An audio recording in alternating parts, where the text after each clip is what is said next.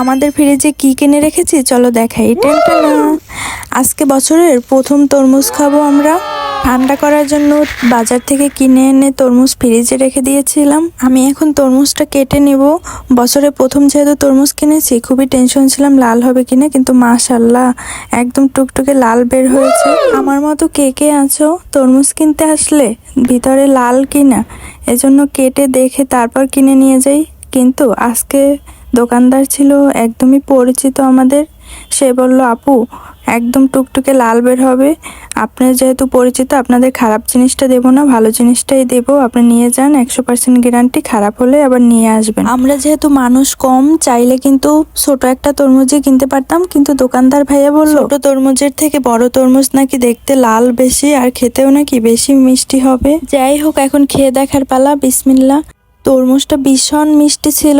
বছরের প্রথম তরমুজ এত মিষ্টি হবে কল্পনাও করতে পারি নাই। আমার হাজবেন্ড খেয়ে বলে, তুমি কি চিনি দিয়েছো নাকি? আমি বলি, কি বলো তুমি, চিনি দিব কেন? ভীষণ মিষ্টি ছিল তরমুজটা। এবছর কে কে তরমুজ খেয়েছেন জানাবেন কিন্তু।